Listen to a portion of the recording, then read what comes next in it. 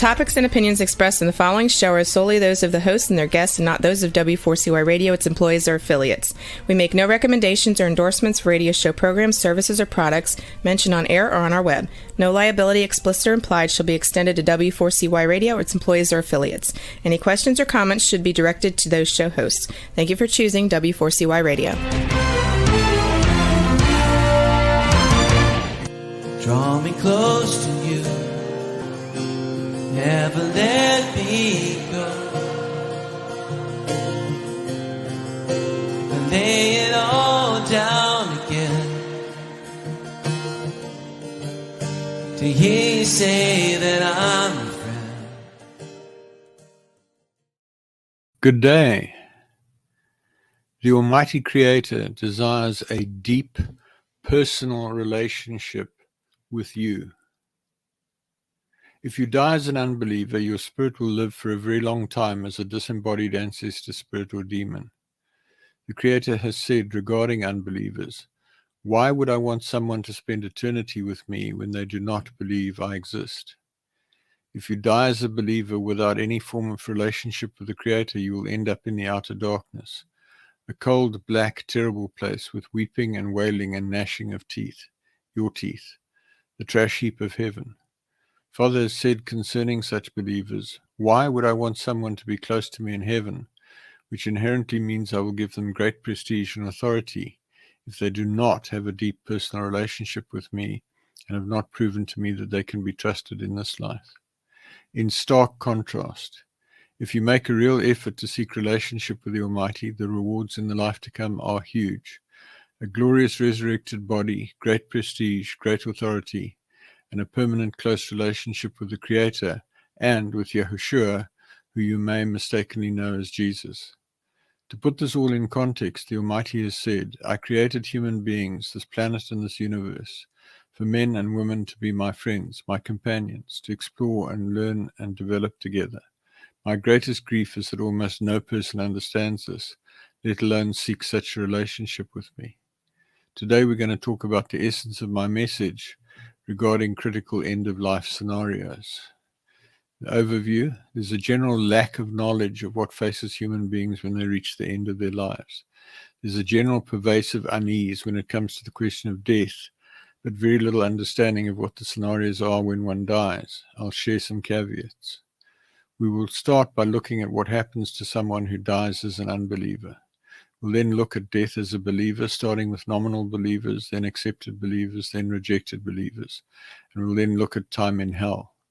We'll discuss the rewards for believers in heaven, starting with rank, a glorious resurrected body, and power and authority. We will discuss all the ranks, starting with relevant believers, then meaningful believers, and finally irrelevant believers. Finally, we will look at the state of your relationship with the Almighty Creator. By way of introduction, who am I? James Robertson. I have a doctorate in engineering and I'm a retired military commander. I now work as a general manager. I have nearly 30 years' experience of actively seeking to draw close to the Almighty, following a dramatic encounter with him on the 12th of March 1993 when he spoke to me audibly in a locked room, and I knew for certain that he was real. I was confirmed in the Anglican Church at the age of about 13 and served as an altar boy for a number of years from the age of 19.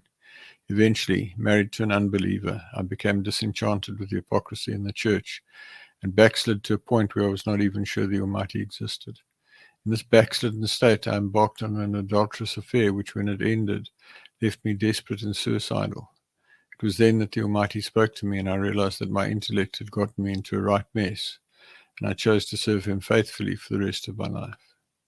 In doing this, I applied my deep-seated aversion to failure, born out of an accident in early childhood, coupled to my engineering and military training of rigor and preventing failure, to my seeking of knowledge about Father. This journey led to numerous supernatural experiences, prayers answered, and clear communication with the Creator that forms the basis for what I teach in these programs. What is End Time Issue Ministries? It's the organizational vehicle for delivering my message through email, articles, websites, this radio program, physical books, LinkedIn, Facebook, YouTube, SlideShare, and Twitter. What is this program? The Creator desires a deep personal relationship with you. It represents the essence of my message. See the website www.endtimeissueministries.org for more information. That's endtimeissueministries, one word.org for more information. See also www.relationshipwithcreatorradio.com. That's relationshipwithcreatorradio, one word.com. Click on the show on the top menu and then podcasts on the drop down for previous broadcasts, or search on Google for quote Relationship with Creator Radio unquote. There are at least 3 podcast websites where you can find the back issues of these broadcasts, also on YouTube and LinkedIn. So today we're going to is based on the article 2022-0702, the essence of my message regarding critical end-of-life scenarios. There's a general lack of knowledge of what faces human beings when they reach the end of their lives. There's a general pervasive unease when it comes to the question of death, but very little understanding of what the scenarios are when one dies. This article seeks to address this issue. So, what happens? Where do we go? Death, the undiscussable outcome that we all face. In answering this question, it is vital to understand the fundamental principle that the entire universe, this planet, plants, animals, and human beings exist for one reason only. The Almighty Creator, whose true name is Yah, the eternally self-existing, specifically Yah, was lonely and he wanted friends. If you don't understand that principle, your whole life ends up, I'm sorry to say, being pretty pointless. Father was lonely. He'd always existed. He had no companions. He had no friends. He conceptualized friends. He set about creating an environment where he could create highly intelligent beings with the ability to choose, with the ability to make decisions, the ability to ask questions, the ability to be inventive, to put them on this planet. And he had many, many trials before he got it right. To put this in context, as I said earlier, the Almighty has said, I created human beings, this planet and this universe, for men and women to be my friends, my companions, to explore and learn and develop together. My greatest grief is that almost no person understands this, let alone seeks such a relationship with me. Father set about creating intelligent beings with the ability to choose, to exercise original thought, to be creative, who could interact with him, become his friends, and enjoy doing things together with him. To this end, he first created the universe with multiple solar systems and a myriad of stars and planets, until he created our solar system and our planet Earth, which turned out to meet his requirements. He created many other solar systems and planets before he created our planet Earth, which met his requirements, to home the highly intelligent beings mentioned above. See the article Essence of My Message, History, Our World Today on the website. Folks, it's entirely possible, in fact probable, that there are any number of planets in the universe with comparable environments to ours. It's entirely possible that on some of those planets, Father experimented and created beings that didn't turn out the way he wanted them, and so he abandoned them, until he eventually came to planet Earth and he created us. Still with some problems, which we'll talk about in a minute, but enabled to create us.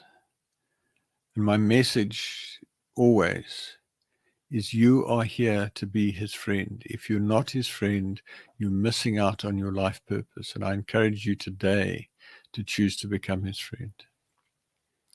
In conjunction with creating us, he created a home in heaven for those who successfully completed their trial on earth. This is spectacularly glorious, and those who successfully complete the trial graduate with spectacularly glorious bodies, great authority, and greater power at a wide range of levels. In this process, he also created messengers, you might know them as angels, to assist him. And one of these rebelled and led a third of the messengers in heaven in rebellion. This resulted in something that today is called the contest. See the web page, the Essence Rules of Engagement contest. There are two broad options available to us when we die. I should actually say that's available to us before we die. When you die, it's too late. You committed. You can die as an unbeliever, or you can die as a believer. These two options are discussed below. In considering what follows, it is vital to understand that throughout the creative process, failed experiments were cast into the lake of fire and brimstone, where they were instantly consumed and destroyed by the fire. This is the incinerator of heaven. So, if you're sentimental and have a need for God to be sort of soft and squishy and soppy and lovey-dovey, there's a bit of a setback, because the fact of the matter is this is a clinical process up to the time that we came into existence. And if it didn't work, he just disposed of it. Nothing particularly emotional or anything about it. It just, this hasn't worked. Put it in the incinerator. Let's try again. So let's talk about death as an unbeliever. In the original design, it was recognized that it was possible that some human beings would not believe. It was intended that these failed experiments would be utterly destroyed in the lake of fire and brimstone. However, as a consequence of Satan's challenge and the contest, this judgment was placed in abeyance, such that if Satan wins the contest, all those who serve him, including all unbelievers, will remain on earth for eternity. If this happens, Yah will instantly remove his universal spirit, and all living plants, animals, and humans will die. Satan will be left ruling over billions of demons and satanic messengers, angels. Accordingly, once the contest commenced, there was nowhere for dead unbelievers to go except to remain on earth with their corpses. Since human spirits require a body in order to be mobile, these spirits, called ancestor spirits or demons, are stuck on their corpse when they die, unless harvested by a satanic messenger, satanic angel, or Satan's servant, and used to haunt or oppress other human beings. This is really important to understand. If you die as an unbeliever, there is nowhere for your spirit to go. If you happen to be killed by a lava flow on a volcano and your corpse is entombed, your spirit will be entombed with your corpse till the end of the millennium at the very least, and maybe for eternity. If you just die and you're buried, your spirit will go into the grave with you, unless you're sharp enough and have the opportunity before your corpse is buried or consumed in the fire in the crematorium to get on to somebody else. Typically a relative or somebody who embraces your corpse and says, "Oh, I'm so sorry to see you go," or whatever. So, that's part of the logic behind a wake, is that it gives people an opportunity to pick up the spirit off the dead person. If you're a fairly accomplished sinner, then you may be harvested, as I said a minute ago, by a Satan servant or by a satanic messenger, and used to oppress somebody else, lead them into deeper sin. The key thing to understand here is that if you die as an unbeliever, you die as a servant of Satan, and you go into his realm and into his control, and it's not pleasant. There's a widespread tendency amongst unbelievers to think they're going to end up in a nice place when they die. This is a consequence of wrong teaching by some believers who failed to distinguish between the situation of believers versus unbelievers on death. which this article is seeking to address. Fundamentally, the Almighty has said regarding unbelievers, why would I want someone to spend eternity with me when they do not believe I exist?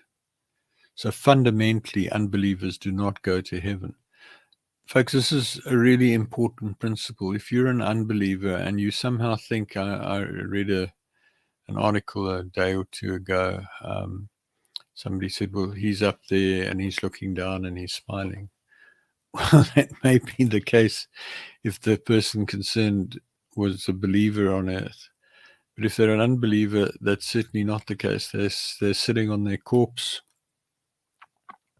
sitting on someone else, thinking how badly they were tricked and what a miserable deal they've made. So if you die as an unbeliever, you face two possible outcomes. If you're a good human being, good human beings who are of no use to the forces of darkness are either left with the corpse in the grave, crematorium oven, wherever their corpse falls, unless they accidentally manage to transfer to a family member or friend who touches their corpse before the corpse is disposed of. Important to understand that the human spirit without a body has no mobility in the sense of being able to move from point A to point B. All they can do is attach themselves to something, be it a human being, be it an animal, be it a physical entity. And there they sit, they're stuck. They go wherever their host goes, and that's it. And then we have accomplished sinners, human beings who die with significant accomplishment with regard to sin, be it in fornication, lying, stealing, blaspheming, etc., are harvested by a satanic messenger or human Satan servant, a witch, a Satanist, etc. They're sent for training as how to be an effective demon, and then they're deployed on a target human being to lead them into further sin. There are various ranks of demons as discussed on the website. Folks, this is really, really important. Demons are human beings. They order things in the demonic spirit realm the way human beings do. So they have courses. They take demons to a place and they teach them how to be better demons. They have government and they have a hierarchy of command and control. In all cases, when an unbeliever dies, their guardian messenger, or guardian angel, takes them first to a viewing port overlooking heaven, where they're shown heaven and told that they will never enter. Then they're taken to a viewing port overlooking the lake of fire and brimstone, where they're told that this is where they'll end up if Satan loses the contest. They then return to their corpse, where one of the two above outcomes eventuates, left with the corpse or harvested for deployment as a demon. Note that either way, death as an unbeliever is seriously unpleasant, and you're going to have many, many years to regret your decision not to believe. In the best case, at the end of millennium, Satan will lose the contest and you'll be cast into the lake of fire and brimstone and you'll be utterly destroyed. In the worst case, Satan will win the contest. Father will remove his spirit from earth. Everything will die. So the human host that you're on will die and you'll sit there on their rotting corpse forever. Unless you're picked up by a satanic messenger, which is only going to happen if you're a particularly effective, particularly evil demon. And then that's really not going to help you, because the demons and the satanic messengers are going to have nothing to do with fight with each other, because there are no live human beings for them to torment or whatever. And the whole dispensation on earth changes to something that's pretty mind-bogglingly horrible. So I want to suggest for your consideration that you really do not want to die as an unbeliever. Let's talk about death as a believer. A believer is someone who has at some stage had a profound realization of the existence of the Creator. This may be a momentary realization, or it may be a deep, settled assurance of his existence. For believers, there are three possible outcomes. Number one, a nominal believer. For those who had a momentary realization of the existence of the Creator, such as at a Christian crusade, during confirmation in their early teenage years, a moment in church, synagogue, mosque, temple, etc., but thereafter continued to live their lives as though the Almighty does not exist, they'll end up in the outer darkness, a cold, black, terrible place, with weeping and wailing and gnashing of teeth, the teeth of the believer, the trash heap of heaven. Father has said concerning such believers, why would I want someone to be close to me in heaven, which inherently means I will give them great prestige and authority, if they do not have a deep personal relationship with me and have not proven to me that they can be trusted in this life?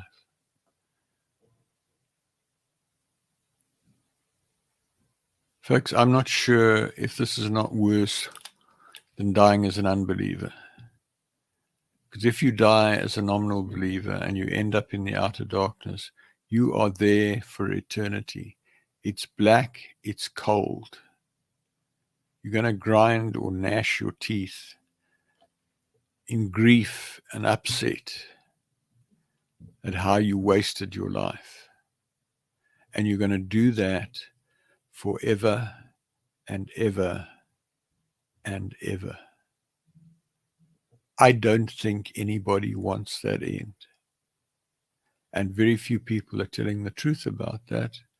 And there are a lot of people who are lying about that. And you need to check out what you believe. Basically, in the original design, Yah did not anticipate this category of person.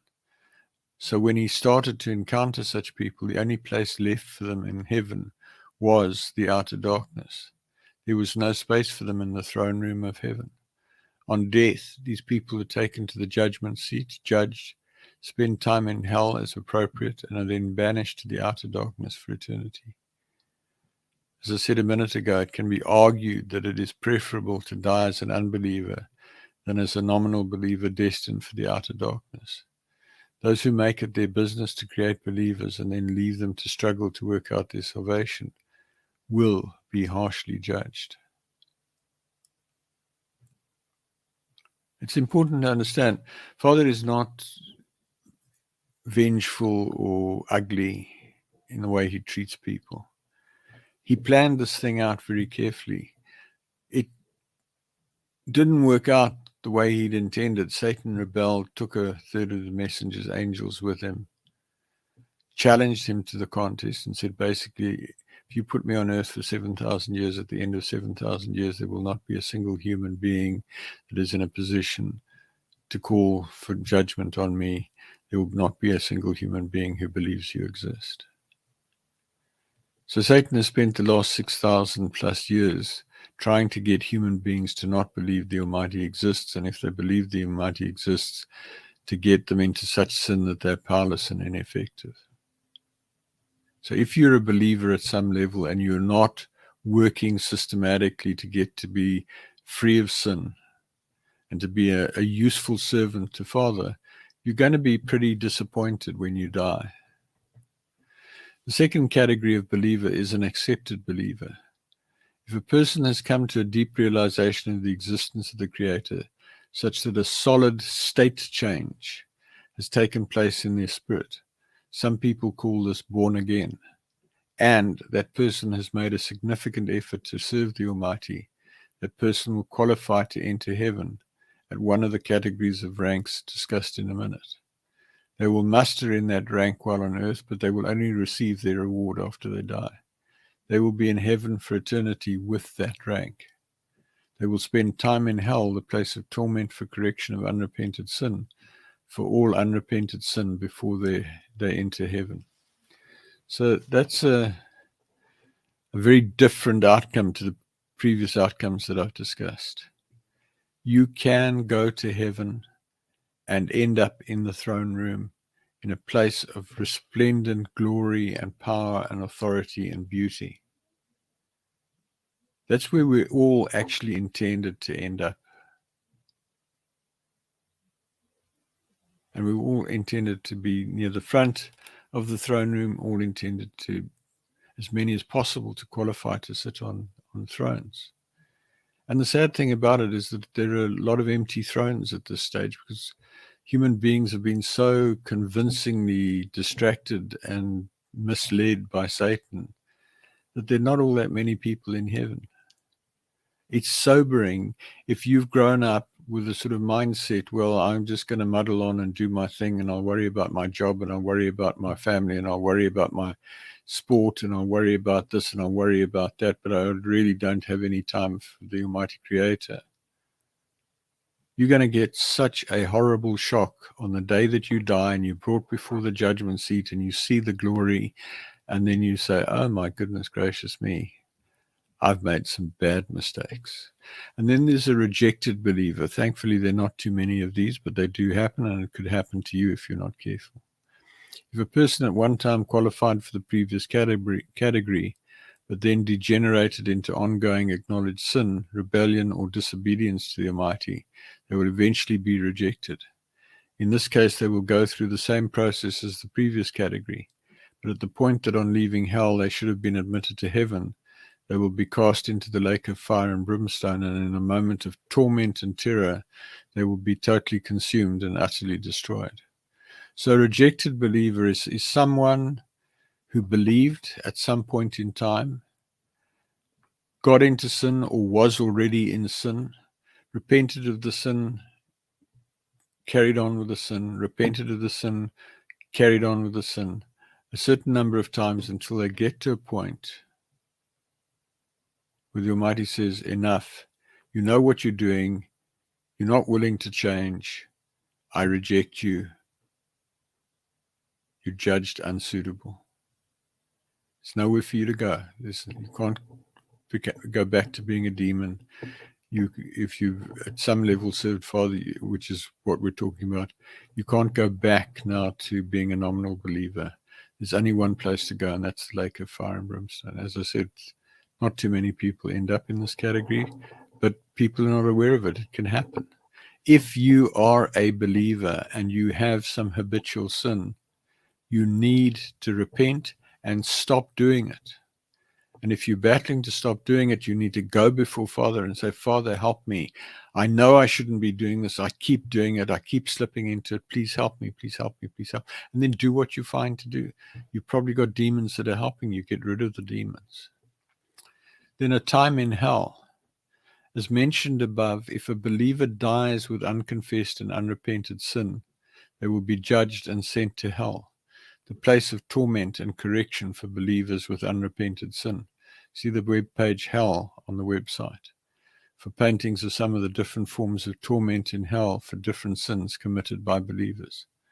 To understand this, remember that Yeshua, Jesus, paid a terrible price for the repented sins of believers. Read the webpage Miracle of Yeshua, Jesus' Death.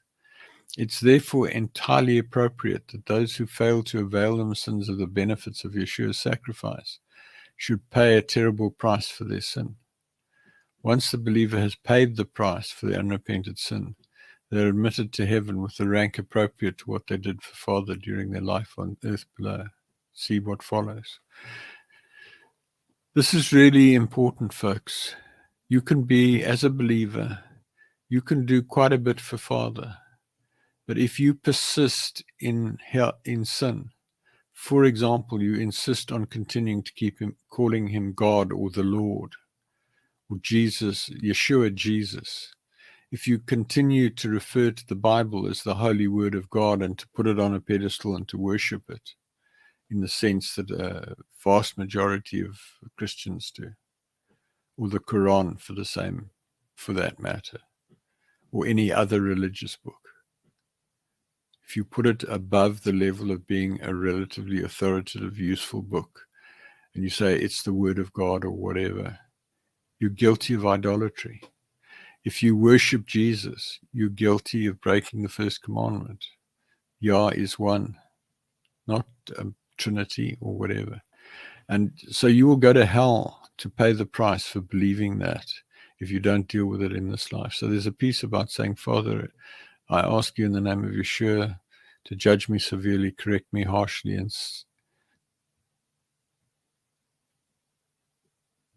I'd ask you to,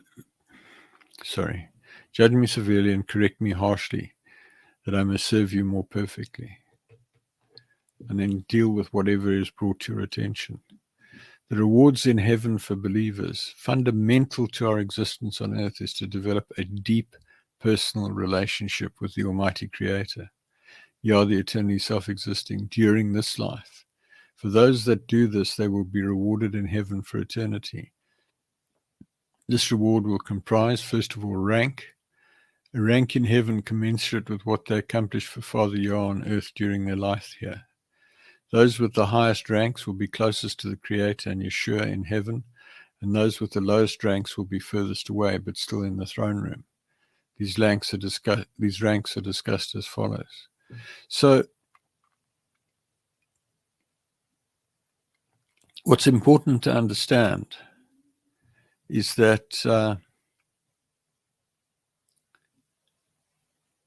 there are a lot of empty thrones at this stage. There's a lot of empty space in heaven close to the thrones. In fact, there's a lot of empty space in heaven in general, because not that many people have believed and not that many people have served Father Yah faithfully to the ends of their lives.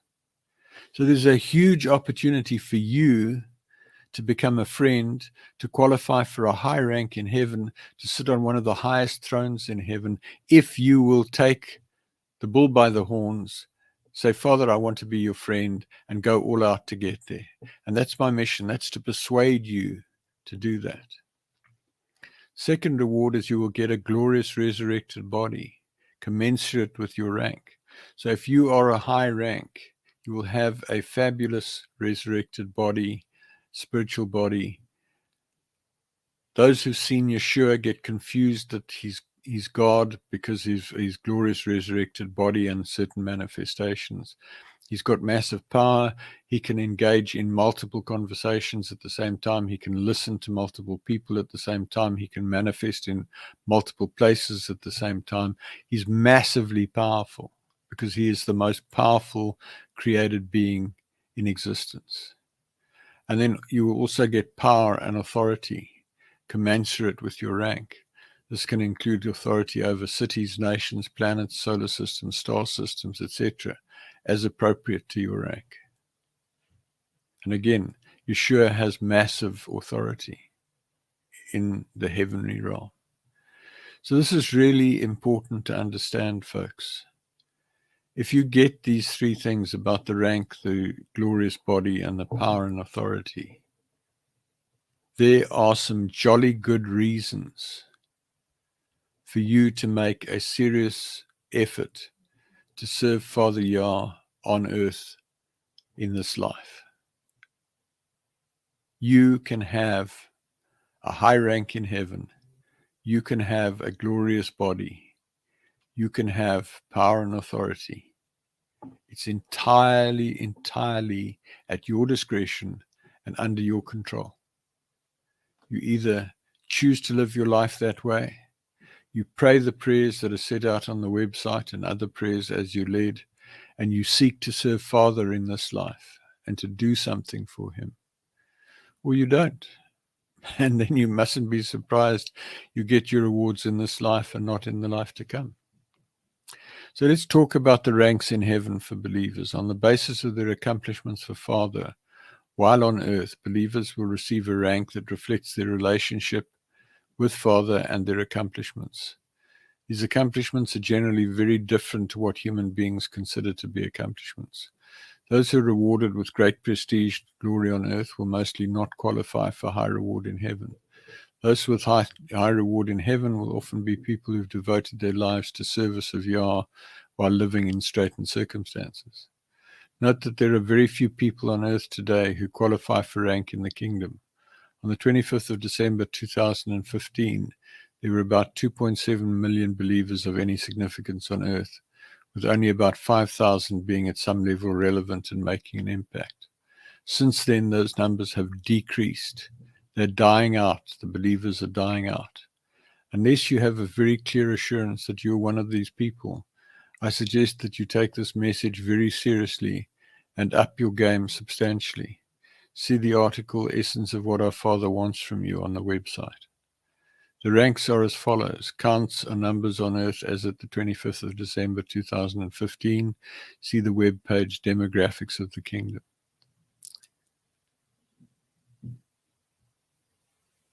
Folks, I hope I've got your attention. There are 2.7 million believers, or there were in end of 2015, 2.7 million believers of any significance on earth, out of a global population of some 7 billion or something like that. Minute number of people. And unless you are working hard to be one of those people, you're going to have a nasty shock when you die. So there's slightly over 5,000 believers, or there were at December 2015, what I've termed relevant believers. These are having some impact, some level of impact on earth and the kingdom of Yah in this age. The first category is generals, and at that stage there was one. The highest category of friend, moving with great anointing and therefore power and anointing comparable to Yeshua, performing comparable miracles, preaching and teaching powerfully and drawing thousands to true belief. 2 in July 2022, very highest thrones in heaven, generating revival on earth. And that's not entirely true in the sense that those people are still maturing and growing. Getting to be a general is a lengthy process. Getting to get that level of anointing, there are various articles in the website that will tell you how to get there. It's hard work. It requires sacrifice. And it's worth it if you understand the rewards that there are for getting to that place. And then friends is the second category. Sees things Father's way, deeply committed to serving Yah, makes a difference on earth, qualifies for amongst the highest thrones in heaven. Generals go to the highest of the high thrones, and the friends go to the highest, the next level of friends. So friend hasn't got the same level of anointing. They're not moving with the same power and authority on earth, but it's a very, very special place, and you could aim for that.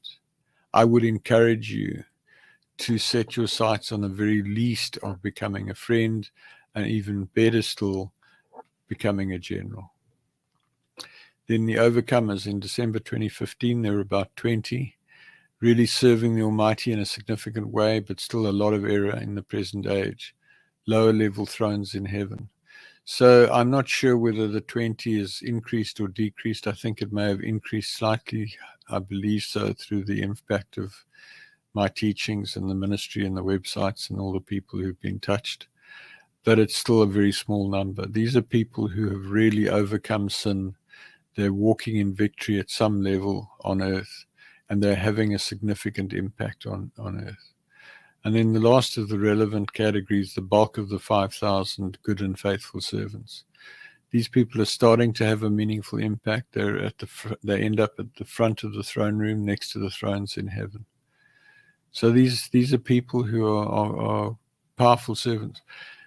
These 4 categories that I've just spoken about, the generals, the friends, the overcomers, and the good and faithful servants, are the ones that are making an impact on earth. And the sad thing is that even there, those that fall into those categories are just scraping by, because most of them are still in serious error. And it doesn't matter. There are people in those categories who are Christians, there are people that are Jews, there are people that are Muslims, and there are people that are other religious groupings. But they're all still in serious error. Most of them who are Christians are worshipping Jesus and the Bible. Most of them who are Jews are worshipping the Torah. Most of them who are Muslims are worshipping the Quran and Muhammad. And the irony about the Muslims is the Quran tells them, condemns the Christians for worshipping Jesus and the Bible, and then they go on and they worship Muhammad and the Quran. It's actually quite sad. Then the next category, next grouping, I've called meaningful believers, and there were about 2.7 million in December 2015. That number is reduced quite substantially, I believe. Those are people who believe at a level where they declare their faith, they declare their belief, but they're having little real impact. So these are people who maybe meet with others from time to time, talk about Father a little bit here and there. We get the fifth category, the wise stewards, of which there were about 200,000 then, they're less today. People who are starting to effectively serve the Almighty. They're further back in the throne room in heaven, behind the good and faithful servants. This is the last category of people who are in reasonable right standing with Father. They're having an impact. In category number 6, the adulterous wives, about 500,000 believers, men and women filled with the Spirit of Yah, but worshipping Jesus and or the Bible or Muhammad or Moshe, Moses, or the Torah or the Quran or whatever. Further back in the throne room, behind the wise stewards. And then the foolish virgins. This is the outer reaches of the throne room, about 2 million people in 2015. Believers not filled with the Spirit of Yah, most remote part of the throne room in heaven, behind the adulterous wives. So basically what happened there, Father intended there to be not a huge population on earth, and there to be a lot of friends. So he set up the thrones for the friends. And then people didn't quite cut it, so then he had to segment the thrones for the overcomers. And then he got the good and faithful servants, and then there were people behind that.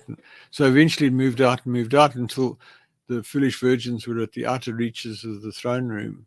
And then when the nominal believers came along, there was nowhere for them to go except the outer darkness.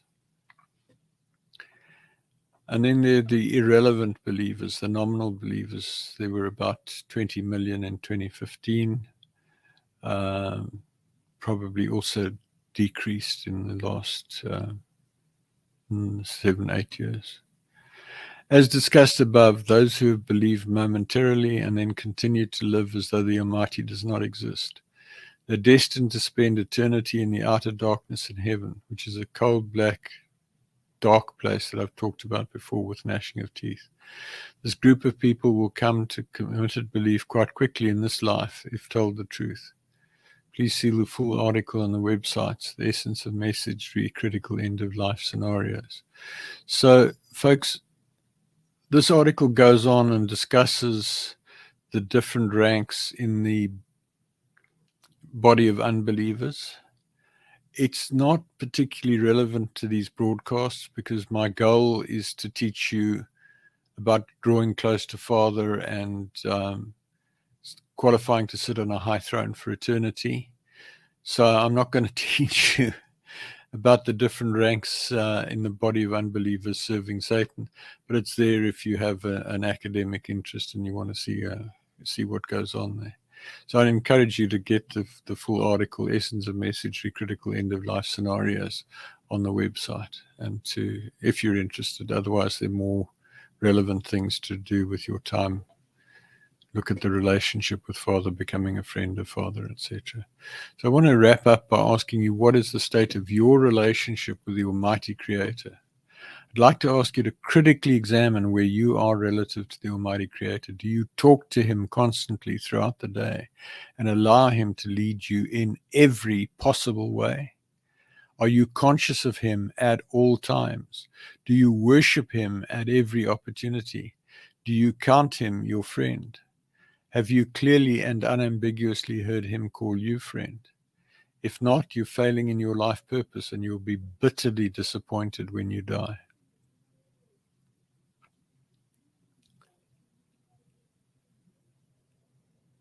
I hope that with this broadcast, if I haven't done it in previous broadcasts, in this broadcast, I hope that I have sensitized you to the huge spectrum of possible outcomes that face human beings on earth today.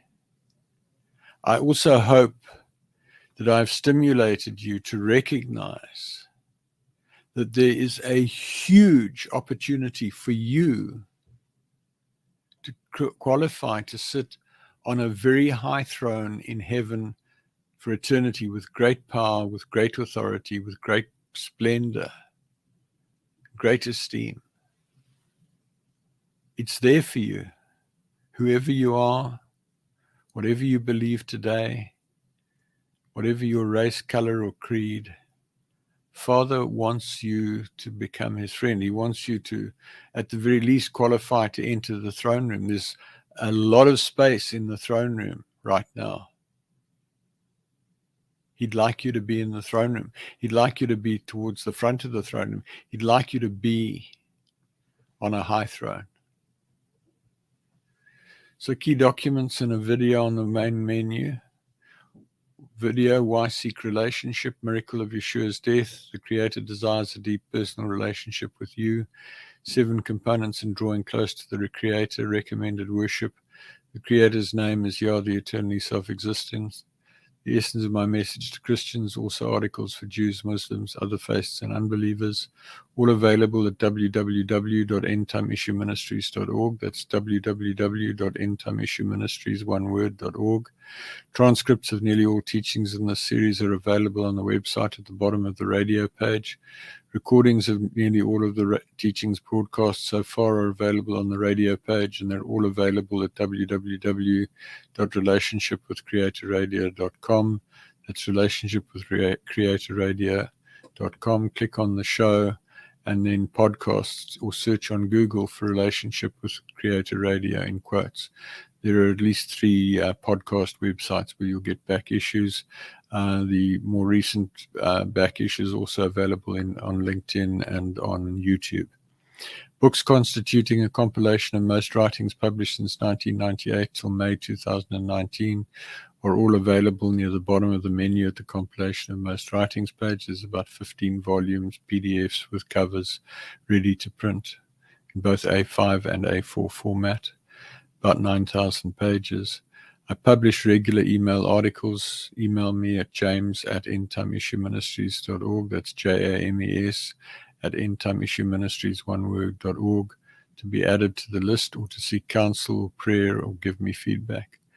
Visit the website and use the Google search, the article keyword cloud, the table of contents, and the article search to locate the information you're looking at. Those are all along the top of the menu on the website. Folks, there's a lot of information there, answers to a lot of your questions. You're welcome to email me. I'd love to hear from you. So in closing, thank you for listening. Please send me your questions to james@endtimeissueministries.org. Please email me to join the mailing list at james@endtimeissueministries.org. If you decide to draw close to the Almighty, please let me know, and I can connect with you by Skype, Zoom, email, or telephone so that I can help you with your journey. I hope to connect with you again next week, when I will continue to explore how to become a friend of the Creator. Work with me to make a way for Yeshua to return in victory at the end of the millennium and make his enemies his footstool. Folks, I say this pretty much every broadcast, but I want to say it again. It does not matter. Father will meet you where you are. It does not matter your gender, your race. You could be Asian, African, Indian, European, whatever. Your height, short or tall, rich or poor, fat or thin, blonde, blue eyes, black hair, brown eyes, anywhere in between. Satanist, Christian, Muslim, Jew, Baha'i, Buddhist, Confucian, whatever, rich or poor. Father wants you to become his friend. Pray, Father, I come to you in the name of Yeshua. James Robertson says, I can become your friend. I choose this day to become your friend. Help me to do whatever I need to do. Right towards the bottom of the website, there's a page on what to do on first belief. It's an article, 7 steps of drawing close. Get those, read those. Thanks so much. Good night.